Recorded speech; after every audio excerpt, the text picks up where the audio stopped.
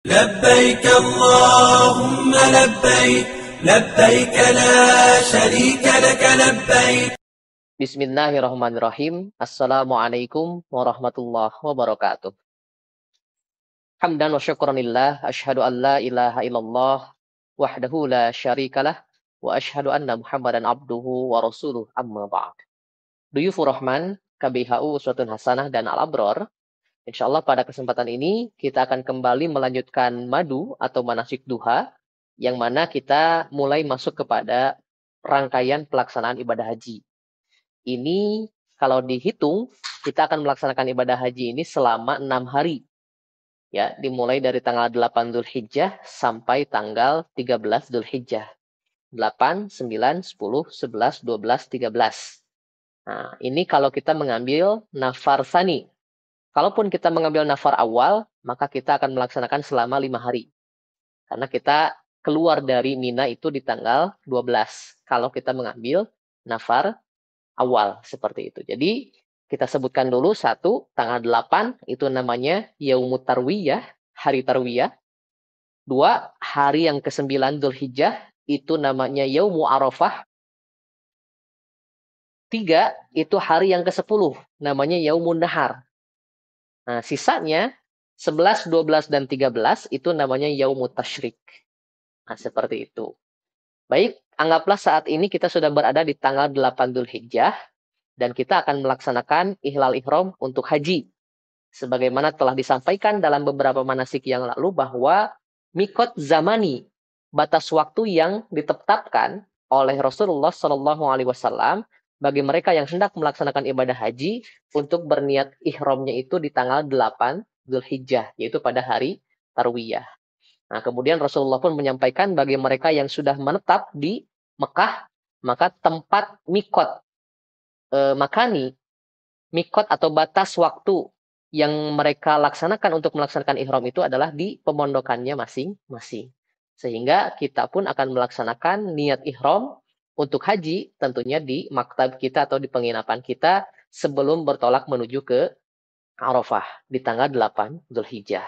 Baik, sekarang kita sudah bersiap untuk bertolak menuju ke Arafah. Untuk laki-laki sudah menggunakan kain ihram, perempuan juga sudah menggunakan pakaian ihramnya. Kita sudah membawa perbekalan kita selama 6 hari nanti perjalanan ibadah haji ini. Semuanya sudah disiapkan dan tentunya sebelum melaksanakan ini kita sudah melaksanakan sunnah-sunnah sebelum ihram. Itu nanti akan dikoordinasikan dengan para karu ya, ketua regunya masing-masing. Selesai semua dan sebelum kita naik ke dalam bis, nah nanti akan saya bimbing untuk kita melaksanakan niat berhaji. Nah, baik kita laksanakan bersama-sama. Bismillahirrahmanirrahim. Subhanallah, alhamdulillah, wa la ilaha illallah, Allahu akbar. Labbaika Allahumma hajjan. Nah, setelah niat ihram ini kita sampaikan, telah saya bahas dalam beberapa manasik yang lalu bahwa Rasulullah Shallallahu Alaihi Wasallam mencontohkan kepada kita bahwa tidak ada ucapan-ucapan yang lain kecuali kita memperbanyak kalimat talbiyah, berzikir, berdoa, membaca Al-Quran. Dan ini dilaksanakan dari tanggal 8 Dzulhijjah sampai di tanggal 10 Dzulhijjah. Ketika kita selesai melaksanakan lempar jumroh di Aqobah tanggal 10. Jadi tanggal 10 itu kita hanya melempar di sumur Aqobah. Nah, setelah melempar itu berhentilah kalimat talbiyah tadi. Nah, jadi kita bertalbiyah dari tanggal 8 sampai tanggal 10. Nah, jadi setelah tadi kita melaksanakan niat haji, nah, kita perbanyak untuk bertalbiyah. Mari kita bertalbiyah bersama-sama. Labbaik Allahumma labbaik. Labbaik la syarika laka labbaik. Innal hamda wan ni'mata laka wal mulk la syarika lak. Labbaik Allahumma labbaik. Labbaik la syarika laka labbaik. Innal hamda wan ni'mata laka wal mulk la syarika lak. Nah, ini terus kita lantunkan sepanjang perjalanan kita dari pemondokan kita menuju ke Arafah dan kita telah tiba di Arafah. Nah, di sini yang kita lakukan adalah menunggu waktu wukuf. yaitu di tanggal 9 Dzulhijjah. Artinya kita akan bermalam di Arafah. Nah, seperti inilah suasana di Arafah dan bagaimana tendanya. Tadi setelah saya sampaikan seperti kita sedang melaksanakan kemah bersama-sama, ya sedang camping. Nah, tentunya kita membawa perbekalan. Nah, selama menunggu waktu wukuf, tadi tetap tidak lepas dengan memperbanyak talbiyah, doa, zikir, amalan-amalan sore yang kita laksanakan sambil menunggu waktu wukuf ini.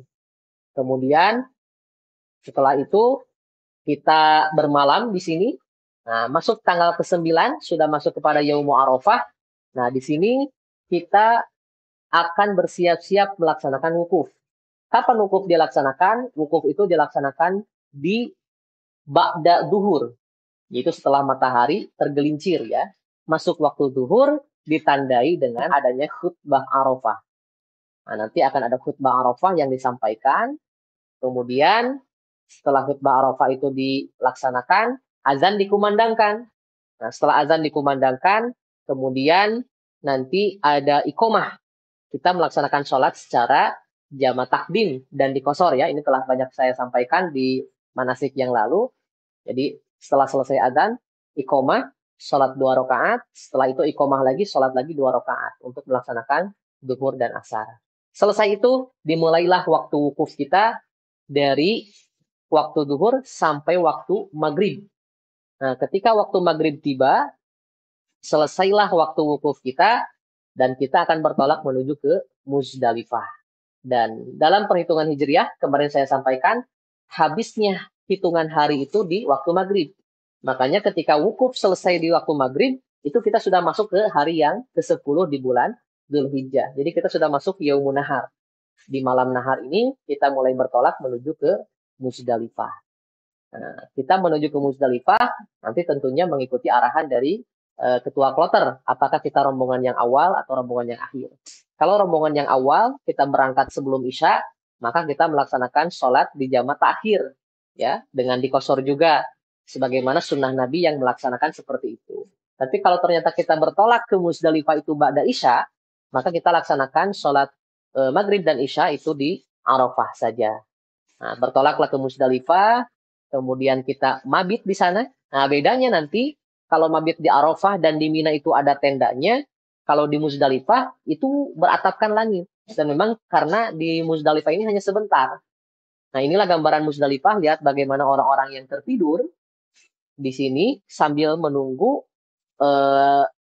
melewati tengah malam yang mana akan berjalan menuju ke Mina. Seperti itu. Jadi di sini kita mabit bermalam, kemudian menyiapkan batu untuk lempar jumroh.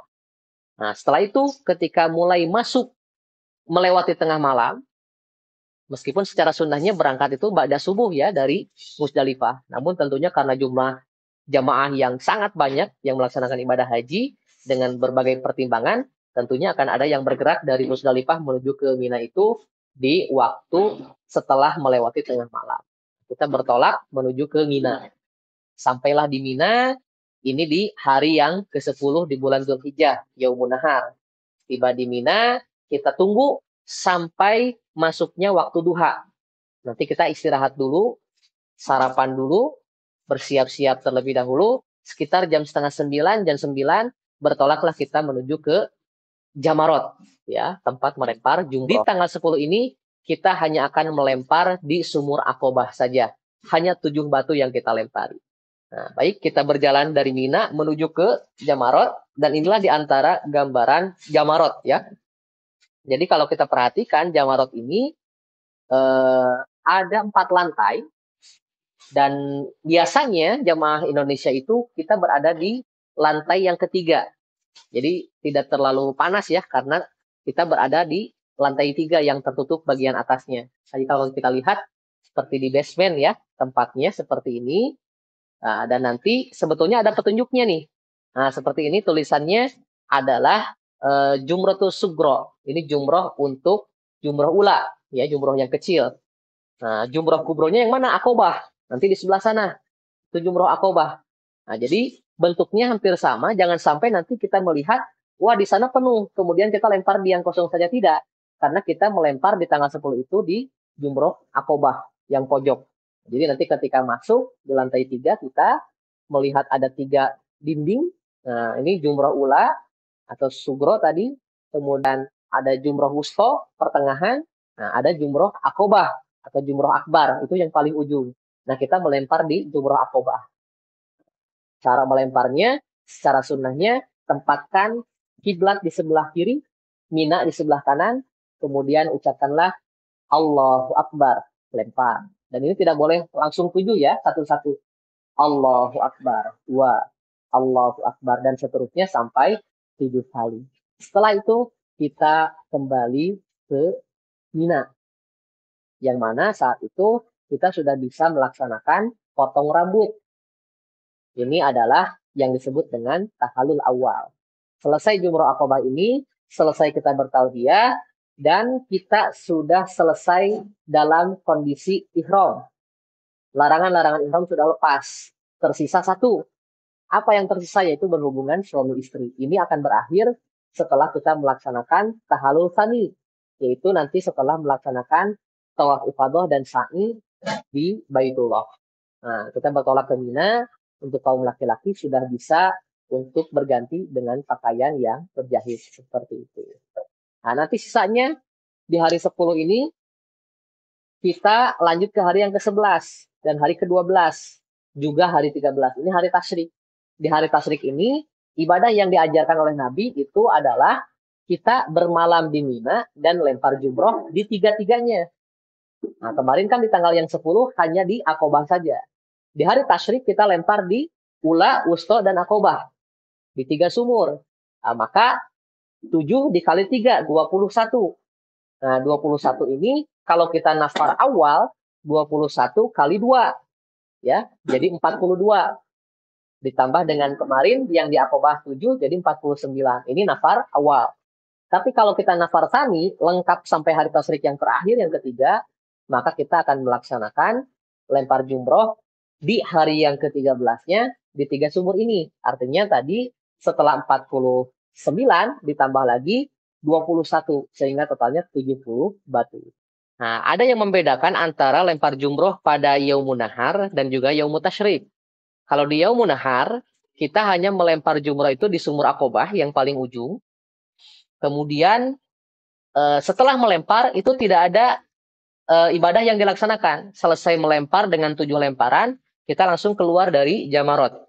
Nah, adapun untuk di Yaumul Tasyrik, lempar jumroh kita ini dengan cara pertama melempar di sumur ula, lempar jumroh di sumur ula, 7 batu. Selesai melempar 7 batu di sini, kita melipir dulu ke samping, ke belakang, kemudian menghadap kiblat dan berdoa. Berdoa terlebih dahulu, selesai berdoa, baru kita berangkat menuju ke sumur yang wusto. Nah, lempar 7 kali, setelah lempar 7 kali, melipir lagi, menghadap kiblat dan berdoa lagi. Itu termasuk di antara mustajabnya doa. Selesai itu lempar di Aqobah. Nah, setelah dilempar di Aqobah itu langsung keluar dari Jamarot. Nah, ini dilaksanakan sepanjang hari tasyrik. Kalau nafar awal berarti kita melaksanakan 2 hari di tanggal 11 dan 12. Kalau melaksanakan nafar tsani berarti melaksanakan selama 3 hari, 11, 12, dan 13. Nah, itulah perbedaan di dalam melempar jumroh di tanggal 10 dan juga di tanggal 11, 12, ataupun 13. Antara hari nahar dengan hari tasyrik. Itu juga perbedaannya terdapat dari sisi waktu. Untuk di Yaumun Nahar atau jumroh akbar, jumroh Aqobah di tanggal 10 Zulhijjah, itu waktunya dimulai dari waktu duha. Adapun di hari tasyrik tanggal 11 sampai 13 itu lempar jumrohnya waktunya dimulai dari ba'da duhur. Nah, jadi perbedaan waktunya yang tanggal 10 itu dimulai dari waktu duha, boleh melempar jumroh. Yang tanggal 11, 12, 13 kita melempar jumroh dimulai dari tanggal atau dari waktu duhur. Baru kita melaksanakan lempar jumroh. Itulah di antara perbedaan-perbedaan dalam melaksanakan jumroh di hari nahar dan juga di hari tasyrik. Nah, selesai dari melaksanakan lempar jumroh ini, kemudian kita melaksanakan nafar awal atau nafar tsani, syaratnya apa? Kalau mau nafar awal, kita keluar di tanggal 12 sebelum masuk waktu maghrib. Jadi tanggal 12 Dzulhijjah, sebelum waktu maghrib atau di waktu asar, kita segera meninggalkan Mina menuju ke Mekah. Nah, itu kita sudah masuk ke nafar awal. Tapi kalau ternyata di waktu maghrib kita masih di Mina, maka kita harus menyempurnakan mabit di Mina sampai tasrik yang terakhir. Seperti itu. Jadi kemungkinan nanti kita akan melaksanakan tawaf ifadah itu di tanggal 13 Dzulhijjah di hari tasrik terakhir ya, kalau nafar awal. Tapi kalau misalkan kita nafar tsani, maka kita tawaf ifadah di tanggal 14 Dzulhijjah setelah hari tasrik. Seperti itu. Kita menuju ke Mekah, kemudian ke Masjidil Haram yang nantinya kita melaksanakan tawaf ifadah. Rangkaian tawaf ifadah itu hampir sama dengan tawaf kudum yang kemarin telah kita bahas. Bedanya adalah di 3 putaran pertama tawaf itu tidak ada lari kecilnya. Jadi untuk di tawaf ifadah ini kita 7 putarannya untuk kaum laki-laki hanya berjalan saja. Untuk tata cara yang lainnya tetap sama. Seperti itu. Nah, itu mungkin setelah itu selesai, kita sa'i, dan itulah yang disebut dengan tahallul tsani. Selesailah seluruh rangkaian ibadah haji kita. Dan rukun-rukunnya sudah terpenuhi, maka ibadah haji kita telah selesai seluruhnya. Dimulai dari ihram, kemudian melaksanakan wukuf, kemudian kita melaksanakan tawaf, sa'i, nah, dan juga kita melaksanakan tahallul. Yang keenam, melaksanakan secara tertib. Semuanya telah kita laksanakan, maka alhamdulillah ibadah haji kita selesai, dan mudah-mudahan kita semua telah menjadi ibadah haji yang mabrur dan mabrurah. Itu mungkin untuk Duyufur Rahman, ikhwati iman rahimakumullah, yang dapat disampaikan pada kesempatan ini. Mudah-mudahan bermanfaat, dan ini semua bisa dicatat, diingat-ingat, dilihat kembali videonya, supaya kita terus mengingat rangkaian ibadah kita, sehingga saat melaksanakan ibadah ini, kita melaksanakan tentunya sesuai dengan apa yang Allah tetapkan dalam Al-Quran dan juga As-Sunnah. Itu saja yang dapat saya sampaikan. Saya tutup dengan doa. Subhanakallahumma wa bihamdik. Asyhadu an la ilaha illa anta astaghfiruka wa atubu ilaik. Aqulu qawli hadza wa astaghfirullaha li wa lakum. Assalamualaikum warahmatullahi wabarakatuh. لبيك اللهم لبيك لبيك لا شريك لك لبيك